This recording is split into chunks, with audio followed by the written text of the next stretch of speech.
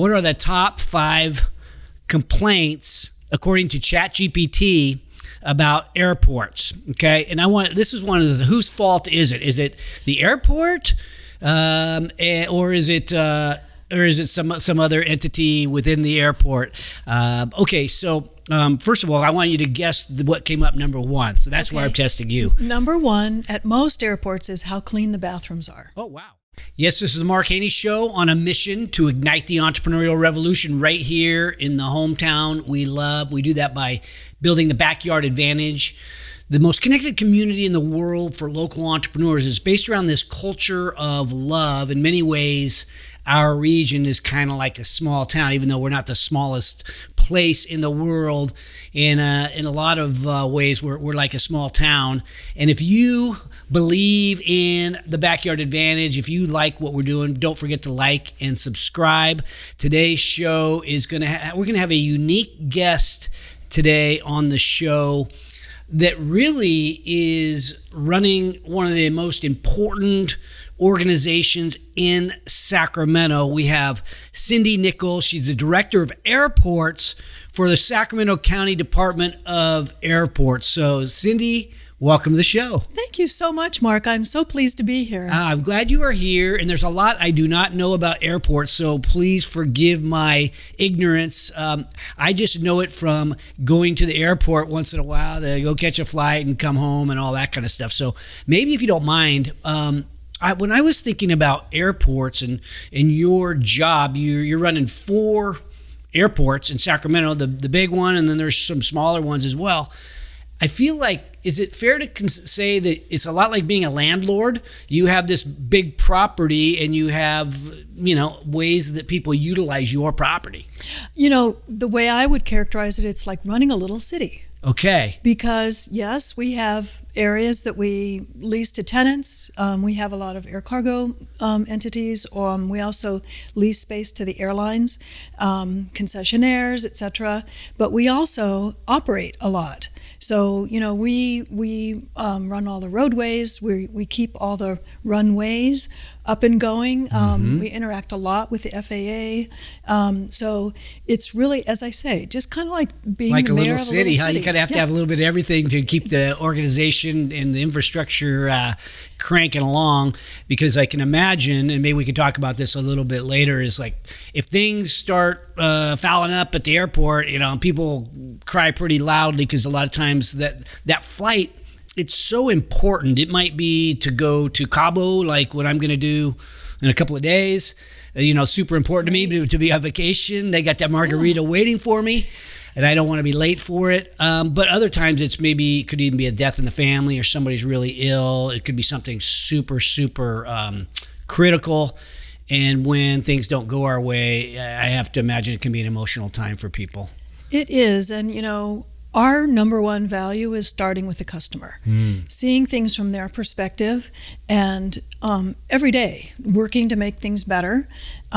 So, we also recognize that, our community doesn't distinguish between what's because of an airline issue, what's because of our, airport issue, FAA. So we take responsibility for coordinating with everybody. Okay, well, as long as you brought this up, I had a little idea that I would test our audience and you for what are the top 5 complaints, according to ChatGPT, about airports. Okay, and this is one of the, whose fault is it? Is it the airport, or is it some other entity within the airport? Okay, so first of all, I want you to guess what came up number 1. So that's why I'm testing you. Number 1 at most airports is how clean the bathrooms are. Oh, wow. Okay. Yeah. Now, I take pride in the fact that we have a really good set of in-house custodians, as well as we've contracted out a lot of our custodial work, and we focus on that. We take a lot of pride in that. I would agree that your bathrooms are clean. You and I were talking. I don't know if I'm I travel more than the typical person, but I probably travel once or twice a month, and so I'm in and out of the airports. And I agree with you. I think your bathrooms, by and large, are big enough. And, I don't like it when they block and close the whole men's restroom, but, it's clean when I get in there. Good. I did notice that you guys did a remodel over at, I think it was Terminal A on the bathrooms. You guys have like private doors going into the bathroom that shut all the way. Like you could go in there to get some serious privacy compared to the normal stall. Yeah, we're very proud of that. Yeah, that's nice. You don't see that at too many airports. Yeah. Yeah, that's really cool. So we love that's that. an extra expense. How did you go about rationalizing that decision? Because obviously we love it as clients. Sure. But don't really expect it. Sure. That's one of those surprise ones. Terminal A is getting a little long in the tooth. It's built in the 90s, early 90s. And so we're really trying to keep it refreshed. So the bathrooms are one thing, the restrooms are one thing we've done there. We're actually in the process of refreshing our concessions. All of our food and beverage offerings are changing. We have some mall walls up right now while we do that construction. So that was the reason. It wasn't by our standards, it wasn't that expensive. I mean, now we have a $1.4 billion capital program. So So it was. It feels like a kind of a nice to have, but not need. So it was nice to. It's nice if the client or the customer is in front of mind. It's nice to get surprised by something as simple as that. It's it's not that big a deal to me, but still thought it was really nice, and I was like, wow. And by the way, Congresswoman Doris Matsui has even commented on the new restrooms that we have. Oh, really? Well, there you go. Maybe we think alike. Yes, indeed. That's so interesting. I'll give you my guess as to the number one challenge. Okay.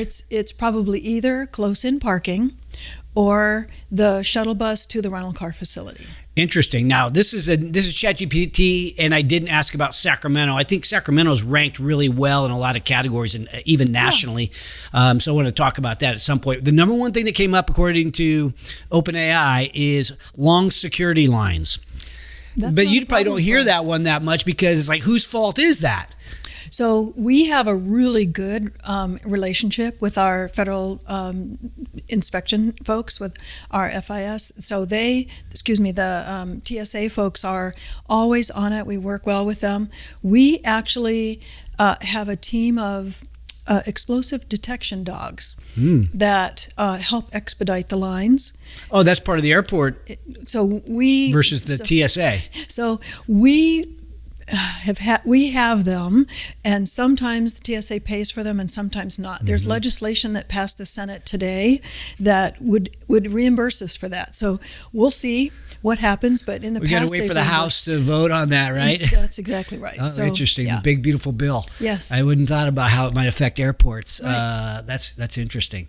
Because I always see things from the small business point of view, but yeah, obviously how we fund everything within government is key, even down to the county level from the federal level. Sure. Yeah. Okay, so long security lines. I agree. The Sacramento... and I didn't know why, but the lines moved pretty well. There's enough room to get in line in both Terminal A and Terminal B. I don't see things causing traffic jams or major problems associated with lines when I'm around. So, and I'd say I'm a semi-frequent user. So, sure. And I want to go back to Terminal A and B. Sure. We were talking about the main airport in Sacramento. Yeah. Terminal A is the older one, is what you're saying, and they've gone through some remodel, and Terminal B is the newer one. So for those listening that maybe don't go as much, Terminal B is like where you go with a Southwest flight.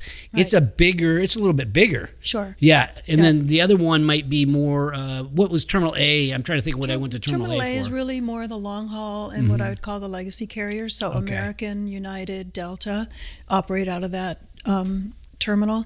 We've got in B, in addition to Southwest, we also have Alaska, Frontier, Spirit, Hawaiian.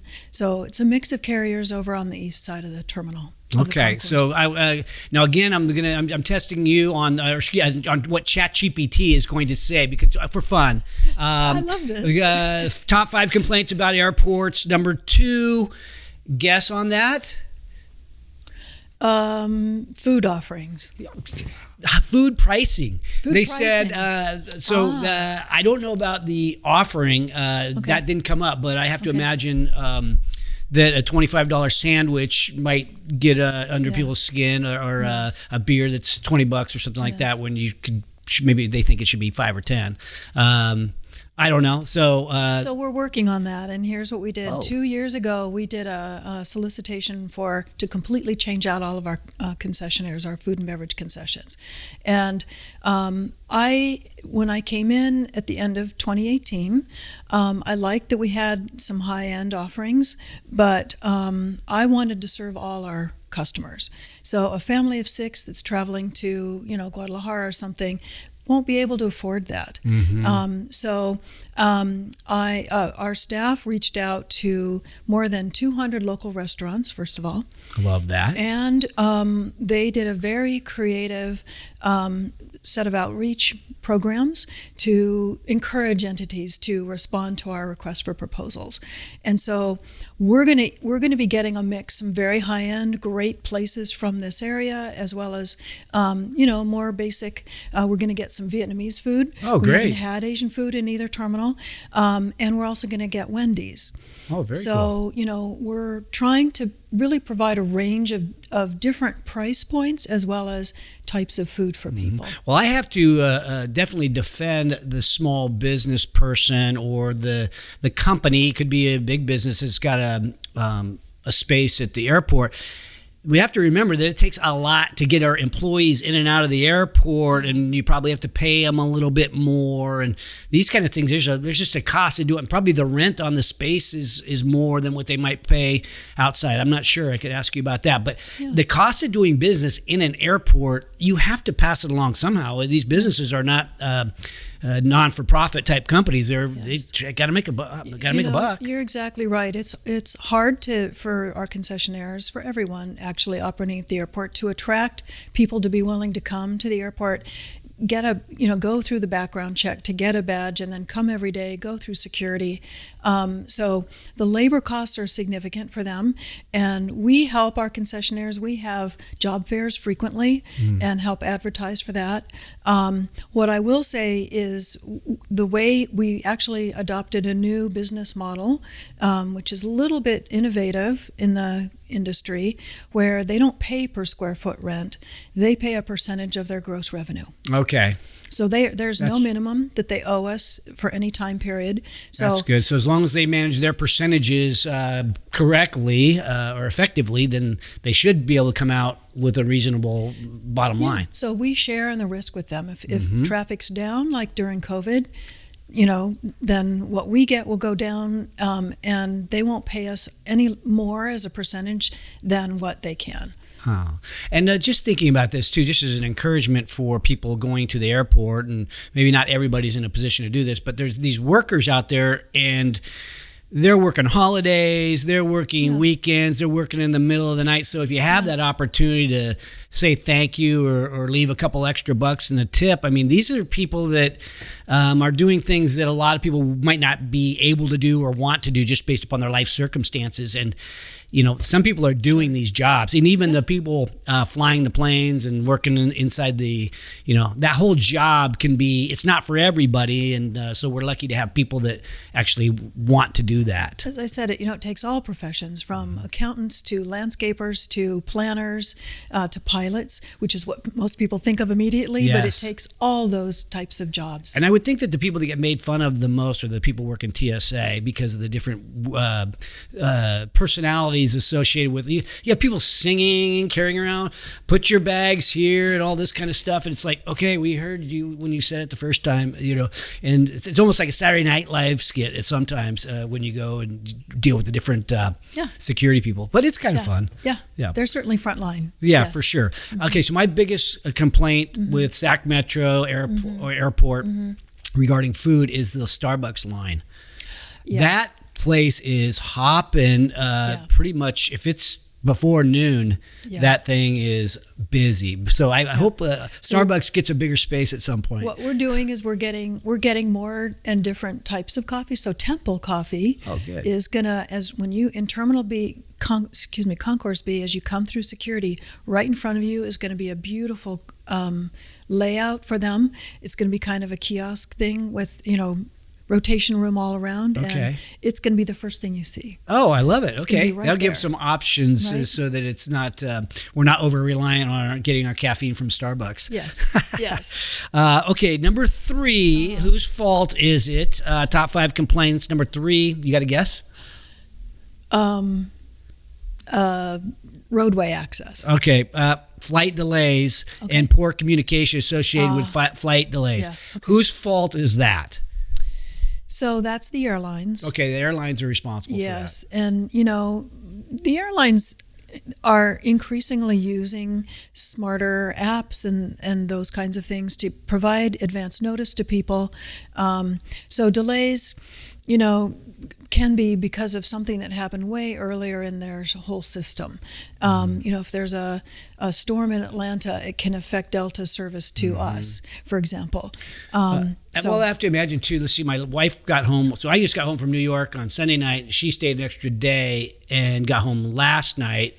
And she had a delay on, I think it was on it wasn't in Sacramento, but she got, when you get stuck on the airplane, you're like, oh, God, get me off the airplane for a second. But I've sat on the airplane for like hours before waiting for something that, some kind of log jam associated with, I don't know, air traffic control or something. By law now, airlines are not supposed to keep people on the plane for more than 2 hours without going to the terminal and letting them off. Okay, I may be exaggerating. It feels like 2 it's possible. hours. Yeah. But so all of us are always looking for new ways to communicate better with our passengers. You can get that information also on our website. Okay. It's interesting because you're on the flight and you're getting ready to take off, and invariably you're like, okay, I'm going to have to go to the bathroom at some point on the flight, but I don't want to be the guy that gets up and delays the thing. We've been on the tarmac for an hour. Now I got to get up and go to the bathroom.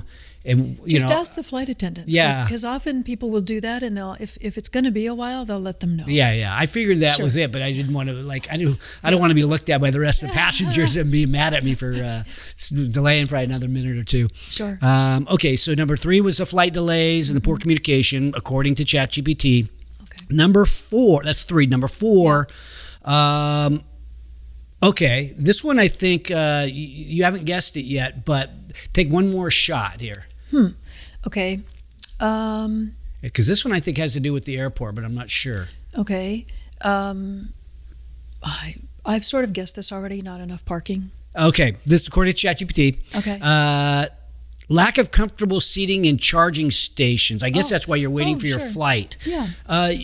That's not a problem I don't see people laying all over the floor in Sacramento too much. It's mostly people get seats. Yeah. So we're always rethinking what seating makes sense given how congested things are, as well as, just what we have available, et cetera. But we're always on that. And a lot of our seats do have power in them. Mm-hmm. So That's you what can I've just plug noticed.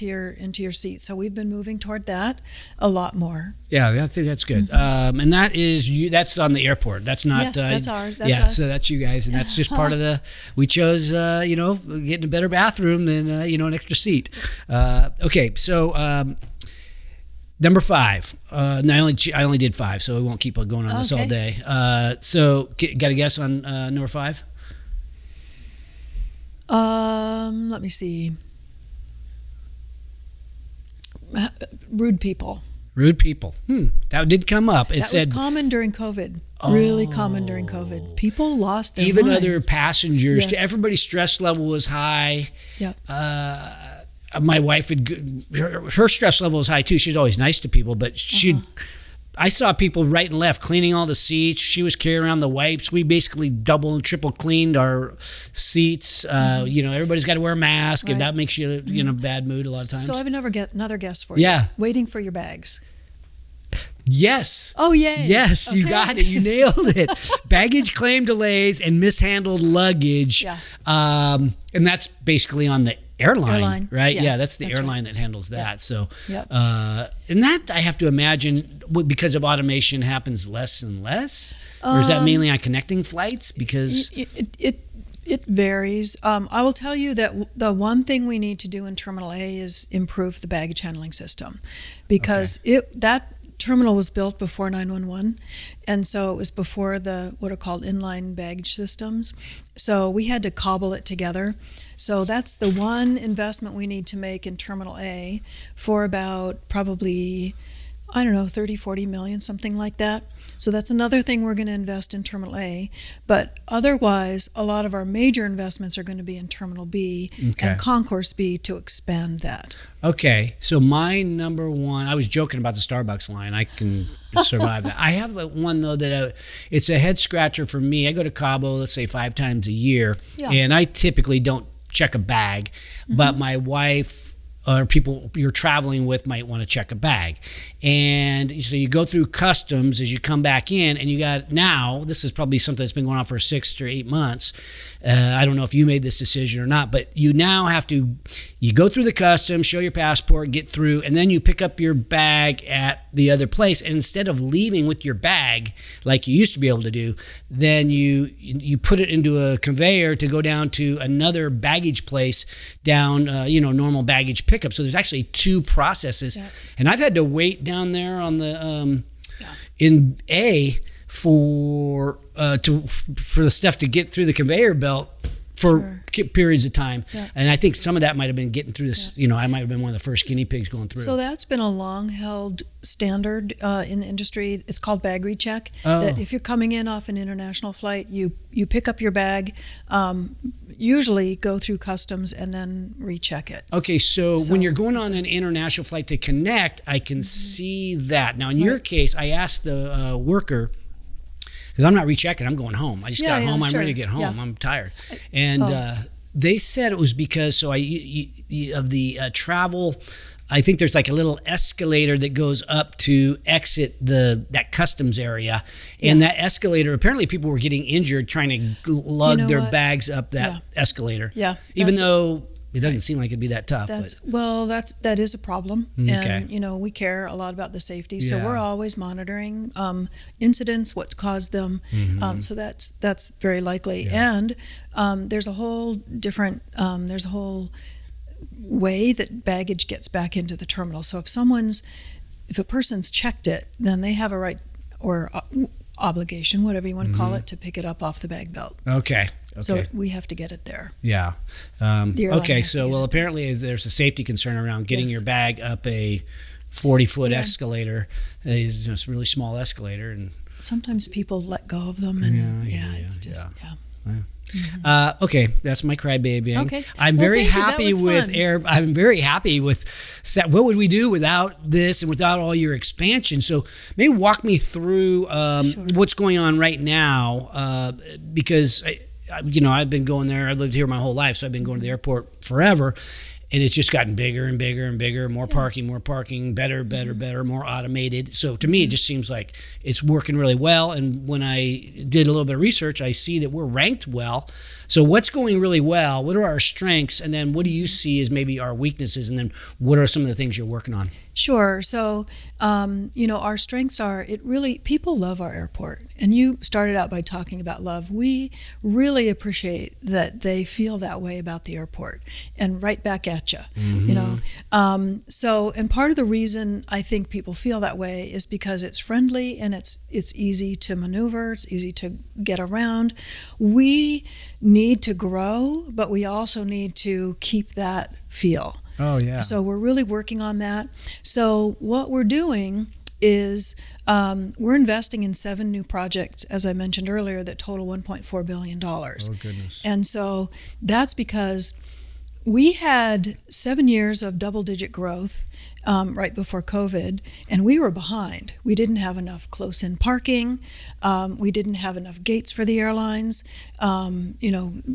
Roadway access was a little bit constrained. So, as I mentioned, the bag handling system in A. So, we spent a lot of time identifying what exactly we needed to do to improve the customer experience. So one of the first thing that you see when you were in B recently, you saw this.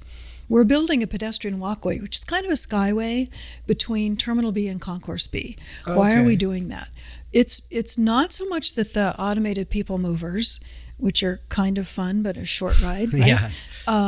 They're up and running 98% of the time, but sometimes because of how crowded it is, people have to wait for 2 or 3 cars to come and go. That's frustrating. A lot of people like you and me want to just walk. So that's what we're building now between the terminal and the concourse. Okay. And it's going to be a lovely facility. It's underway, and let me see, I think it's going to open first quarter of next year. Okay, so in terminal, I'm trying to visual. So I was just in terminal, we're talking about terminal B? Terminal B. Terminal B, that's the southwest, Yes. right? And so where's the walkway going to be? It's right next to where the automated people mover is, right next to the train. Oh, right next to the train. Yes. Oh, gotcha. So that's what we're building right there. Yep. Oh, okay. So, I didn't even notice it. yes. I was on the train was so dang crowded. I was like just trying to survive the train. Right, there you go. Yeah. So we'll keep the train going for a while and make a decision about keeping it on operation or not. But we're going to be putting in moving sidewalks, which will go from the terminal to a hub, and then you have to go down about 30 feet to get to the level of the terminal.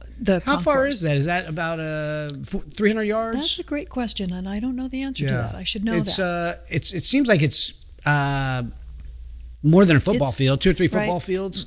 But I will tell you that when that automated people mover opened, it was the shortest that Bombardier had in the world. Oh, okay. The shortest in the world. So the people mover is that train that you get in. Okay, gotcha. So that's the first thing we're doing. Okay, I like that. And the other thing that's underway right now is right next to Terminal B, we'll have a new garage right there, which is a little bit bigger than the current one, and it's going to be beautiful. And right now you can park in that garage and go to A or B. Right. So will that still continue? You can go either one. I think people will choose to go to the new garage because it's going to be very convenient to be. So if you're traveling on Southwest, that's going to be the simplest thing to do. Oh, that's great. And well, I mean, it's pretty convenient now. In my opinion, I go into that garage and go up a couple flights of stairs, or maybe you get lucky and park on 5 and, just walk across that little, whatever. It's like a 100-yard walk. Right. So the main problem is we run out of parking. And so we're going to be building 5,500 spaces. We are building 5,500 spaces.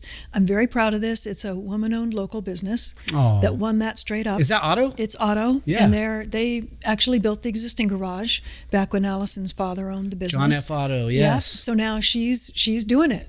And they are really keeping to schedule and keeping to budget. And there's going to be art with that. It's going to be beautiful. Well, okay, so that I've had parking issues. There's been times when I didn't get a parking spot in the garage and I was in economy, and that's no fun. No. But typically it's not really that big of a problem for me. But to know that is that going to double the size basically? Yes, more than. Wow. More than double the amount of garage spaces that we have.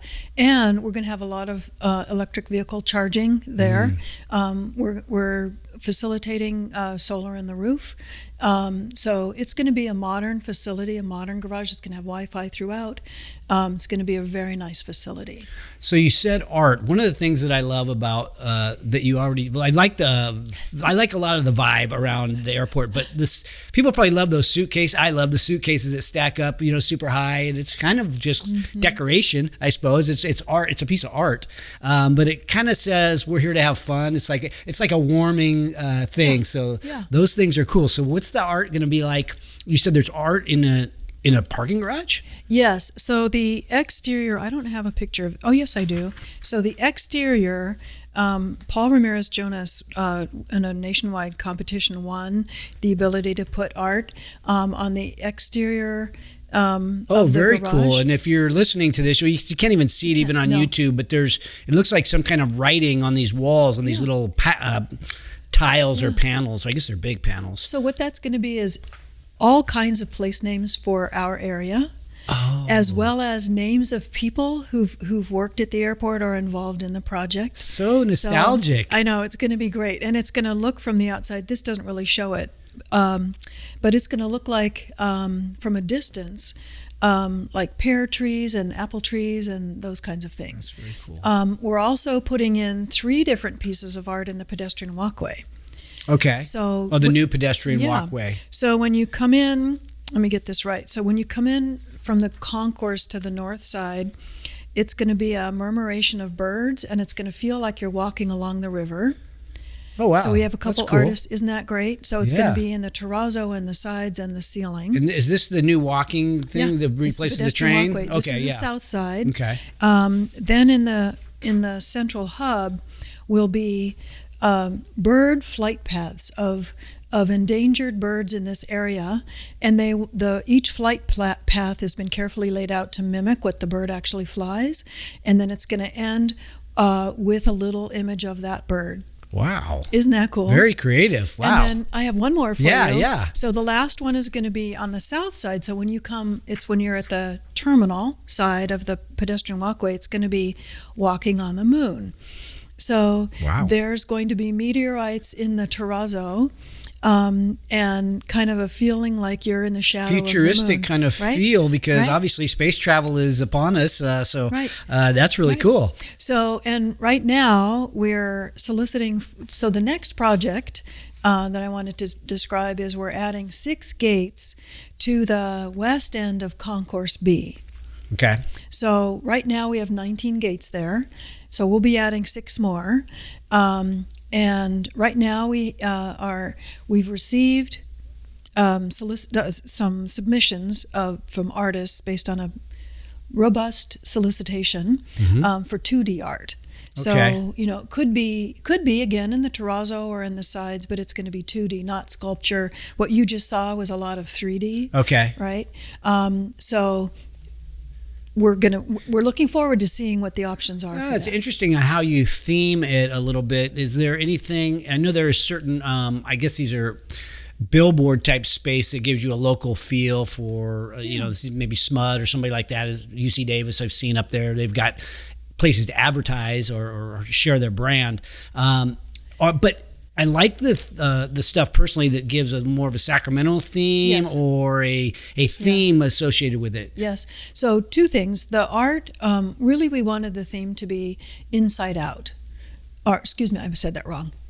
Outside in. So we want, we love the outside spaces here and want to celebrate that. Okay. So when we put out the solicitations, Shelley Willis is a well-known artist in the area who's managing all of this for us. So basically she puts out these solicitations saying, here's what we're looking for, here's the space you'll have, tell us what your ideas are, and then she runs a selection process with well-known, renowned art experts from our general area. Oh, that's cool. Right? Well, if you think about what Sacramento might represent, Sacramento were trees. A lot of people think we're the city of trees, farm to fork. I don't know that we necessarily have a brand identified with us at this stage, but in many, we're obviously the capital, so it makes me think about how to theme it so that it felt it connects the local community to it too. Right. Yeah. So hopefully that gives you an idea of what we're going to have for art. Yeah, and we'll have more opportunities as we continue on with a couple of our other projects. One of the things that I noticed about, and this is kind of art, it's a monument. You have a flagpole set up. That I have flags at my house for like the Marine Corps U.S. flag and the United States flag, and then I have the law enforcement, the Blue Line flag in my yard. And I was looking as I was getting ready to do that. I was trying to get inspiration, and I saw your flags, and so I've used that at some level as inspiration. That's a very nice little monument that you have there too. That's been there a long time though. It has, and that building that it's next to used to be the administration building. Okay. Now it's where our ops and our sheriff's folks are. Okay, yeah, I like that little area. Okay, so you're working on the big expansion. You've talked a little bit about that. Anything else that we should know about that expansion or get excited about? Yeah, so the biggest thing that's yet to come is a consolidated rental car facility. So most people who live here don't rent cars. Some do, but the consolidated rental car facility was the first one in the country, but it's very 1970s, right? Because remember the airport was built in 1967. Okay. So it's a lot of surface. The terminal for rental cars isn't great. As I said, a big complaint is the shuttle bus to and from that facility. Okay. So we're going to put a consolidated rental car facility, a garage about as big as the existing one, right south of the existing garage. So you'll be able to walk to it, basically. Yes, indeed. Oh, wow. Yeah, I just got back from Albany. As I mentioned, I was in New York, and I was at the Albany airport and kind of comparing Sacramento. Obviously, we're a lot bigger airport than Albany, but it felt so quaint. Right. You were like a walk to everything. You really weren't taking the shuttles around. So that was cool. Thank you. So what we're trying to do is have a walkable campus in the terminal area. So you'll be able to walk, to the garages. You'll be able to walk to the rental car facility. We're also looking at putting in a ground transportation center, which would be in between the existing Terminal B and the existing garage, for one location where all the Ubers and Lyfts and the shuttle buses and the RT, everybody would go. Yeah, I like that idea. There's when I've only done the Uber back from the airport a couple of times, and it's been within the last 12 months, and I couldn't find out where to go. I was like, God, where do I go? There is signage, but I was too dumb to find it. We've just changed it. And so Terminal A, it's always been right there. You go out of the baggage and it's right there where the taxis are. So now, while the garage is getting built, it's right, if you can picture in B, where the it's kind of around the taxis corner. are. No, it's not around the corner anymore. We just moved it. It's right across the road. It's just right there. Cool. So it's going to be super right convenient. there. Oh, right there. That's where my eyes took me, is something like that, because I've seen that type of thing in other places. And then, but with signs, you can find it. But now it's already moved. It's right there. Yes. Oh. And we needed to move it out of the way because they need that for the garage. I can imagine. So it's like a bunch of dominoes. Yeah. You have to figure out, what do we need to build when, so we have exactly what we need for our customers. How do you keep it all straight? So you're the one running 4 airports, but like an expansion like this is something that it could be 100% consuming, yet you've got a business to run besides the expansion. How do you keep it all straight? Great people. I have 372 staff who work for me, but we also have a total of probably 17,000 people who work at the airport. Okay. All told. It's a lot. And the budget, how big is the budget for the airport? You know what? I don't have that off the top of my head. It's what I will say, though, is that we operate everything on our own. We don't get any local tax dollars. So, we get money from parking, from the concessions, as I was describing, from the airlines for their rent. So they pay per flight that comes in. So I have a flight comes in, I pay X because I flew a plane inside and dropped off some people. They pay landing fees. Oh, landing fees. Okay. And then they pay for however much space they're using in the terminal. So they do rent. The airlines rent per square foot. Okay. So I'm sorry, I should have that number off the top of my head. But I don't. Well, that's You have a finance background, don't you? I do. I know, which is why it's embarrassing. No. You've got it ballparked, I'm sure, in your head. You still want to say that something that you got to take back. So in terms of managing growth and managing managing all that, you're basically you're a government agency that is not driven to make profits, yet you want to make enough so that you can continue to reinvest and, pay debt down and things like that. But you have the monopoly, so you could charge whatever you want. So I think that's an interesting question, is like, how do you decide how much to charge these? Because it's got a pencil, and yet there's got to be market forces associated with these numbers. For sure. So it really depends on which set of customers we're talking about. So a big thing is with the airlines. Many airports like us have an agreement with the airlines that says, we'll charge you for the cost of what it costs to provide this, including our operating costs, allocated admin costs, as well as our capital costs. But they also help us with coverage. So when we issue bonds, we have to have more than the amount available to pay just straight for the debt. We need to have 25% more than that. Okay. So the airlines have agreed to do that. And so that's kind of the backstop. Okay. It's really, for the airlines, it's really starting with what's the cost of providing everything to them. Okay, so we're, as you know, we are involved in the startup community. You may or may not know this too well, but we have something called the Growth Factory where we invest into startups. They're innovative. I was angel investing prior to that, so I got involved in investing into these tech companies that are local. And one of them is called Essential Aero, and they're a drone company that is focused on the airport market and the maybe the Air Force market as far as planes. And basically they take the drones around and utilize those to offset the work associated with making sure that the runways are clear and the fence perimeters are clear and that kind of thing. So with that said, I thought that was kind of a unique use of technology that could solve a pretty significant challenge, because it's hard to get good people and get it done efficiently. What are you doing in terms of innovation, and maybe even working with smaller innovative companies to help improve services? Sure, that's a great question. And, we're very interested in how AI and machine learning can help us do our jobs better. So there are really three types of uses for drones. One is, as you say, inspecting. It would be helpful to be able to send a drone off to Franklin Field to invest, to look at the status write the report, give me the video. And the status of the taxiways or the runway, runways there. So that's the first use. The second is to do delivery of small packages, or getting to the larger size. Third is actually travel between cities. So, it's possible. We're looking at all those options. Drone travel between cities. Are you saying like large just packages, drones, not people? Oh, people. There's a kind of increasingly a continuum between drones per se and electric vehicles, electric aircraft, that kind of thing.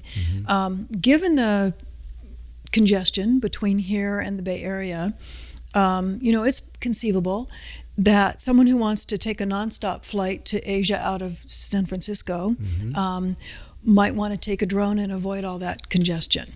Okay. That's possible. That's a thing that could happen. It's maybe 5 or 10 years into the future. In the meantime, I'm going to just say we also are really focused on getting nonstop service to Asia and nonstop service to Europe. So we're always working. We know the numbers of how many people want to go from here to any other destination. So we're really working that. But you have nothing right now that's nonstop to Europe or Asia? That's right. Okay. That's right. Yeah, because I typically would go into San Francisco to get to Asia, and probably through New York, I guess, to get to New York, somewhere on the East Coast to get to Europe. Yes. So, we're doing very well in terms of how well the airlines are doing here. We've added a lot of nonstop flights, 8 new markets recently, including Puerto Vallarta, Kona, Tucson, Anchorage, Orlando, other you have locations. a direct flight to Orlando now, Yes, we do. Wow. Morelia is going to be a new service starting July 4th. What is that, the name of an airline? It's Morelia. Sorry, that's a location in Mexico. Oh gosh. Yep. No. Okay. But we know the stats on who wants to go from here to there. So we're the 4th largest U.S. market to Asia that has no nonstop service. Okay. 4th largest in the U.S. So there's an opportunity. There's an opportunity there. With regard to Germany, we're the 2nd largest market. There's, if you think about Bosch and some of the other big entities here, there's a lot of need and a lot of business travelers who want to go from here to Europe in general and Germany in particular. Do you have a breakdown as to, off the top of your head, roughly how many people are traveling for business versus personal? We do. So our share, I don't know the number right now, but it's certainly more people are traveling for leisure than for business. But we think that's changing. So we're really leaning in. One thing I want to mention is my staff, Stephen Clark and his staff have formed what's called the Regional Air Alliance, working with GSEC to get local business support for enhanced air service, international air service. Now what would that local support look like? What would that look like? So, it could be guaranteeing a number of business class or first class seats That might per be like year. a communication with Bosch or some of these other big users, Solidigm, somebody else Absolutely. who's yeah. Okay. It could be outright financial support early on when the service is getting started. We can't do that as the airport operator because it violates federal law. Okay. But we can certainly and are working with our local partners, local businesses to help with that. Ah, that makes sense. And as I said, GSEC's really helping with that. Yeah.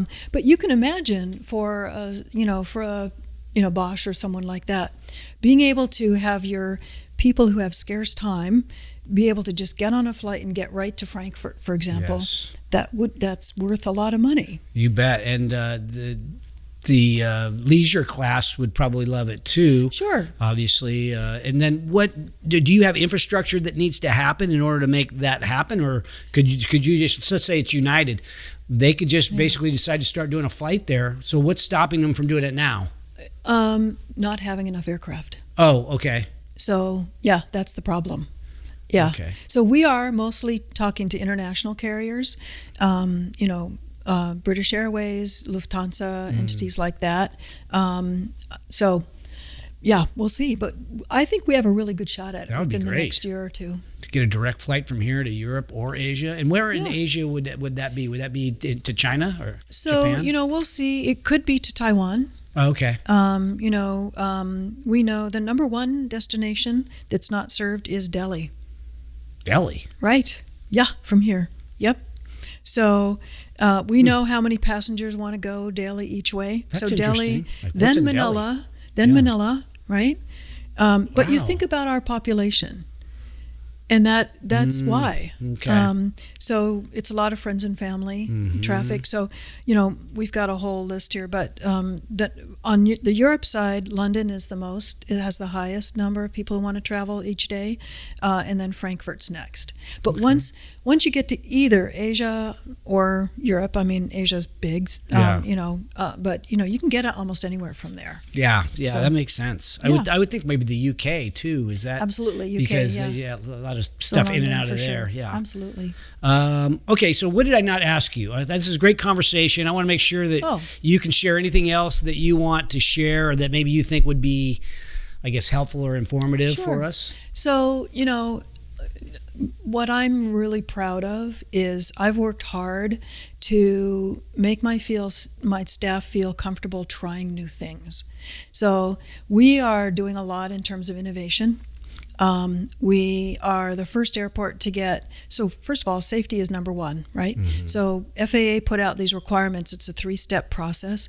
We were the first airport in the country to hit each of those steps. Oh, wow. I'm very proud of that. We're also the first with this very costly program that we have. We've been very innovative about the sources of funding. So there are 6 sources that are available now that weren't before. We were the first airport in the country to get a low-interest federal loan. It was just over 2%. Nice. And it was a lot of work to sort of pave the way for everyone. But so I want everyone to feel like they can try things, and we won't lambast them if it doesn't go well.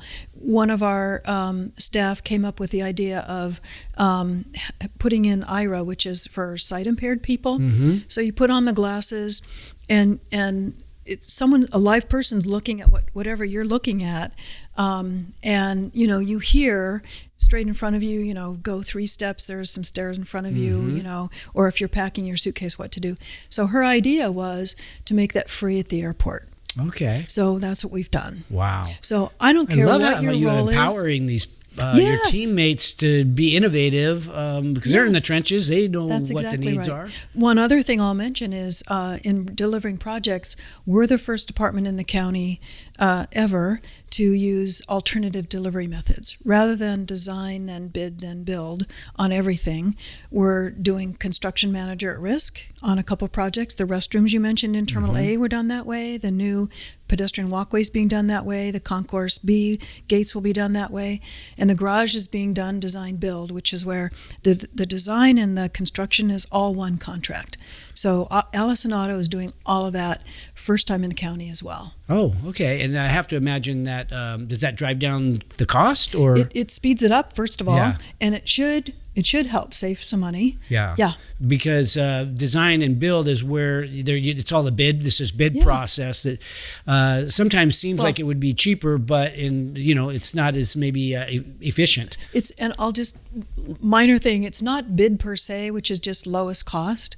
What it is, it's a proposal. So they submitted to us a proposal on what they would do for what, and they won. Wow, that's great. I love it. Well, I really appreciate the education on this stuff, Cindy, and thanks for leading such an important piece that, at least for in my world, we don't really talk about it. It's like if you sort of take it for granted. Maybe if there's, as we joked about if there's a line at Starbucks, you want to, you're unhappy. But otherwise we just sort of take it for granted. We show up and we get where we're going and we come home and no big deal. So thanks for leading that and keeping our lives running smoothly. Sure really thing. Appreciate it. Thank you for your interest. We really appreciate it. Yeah, thank you. Thanks for watching today's show. My goal for every episode is that you find a takeaway, something tangible you can use in your business today.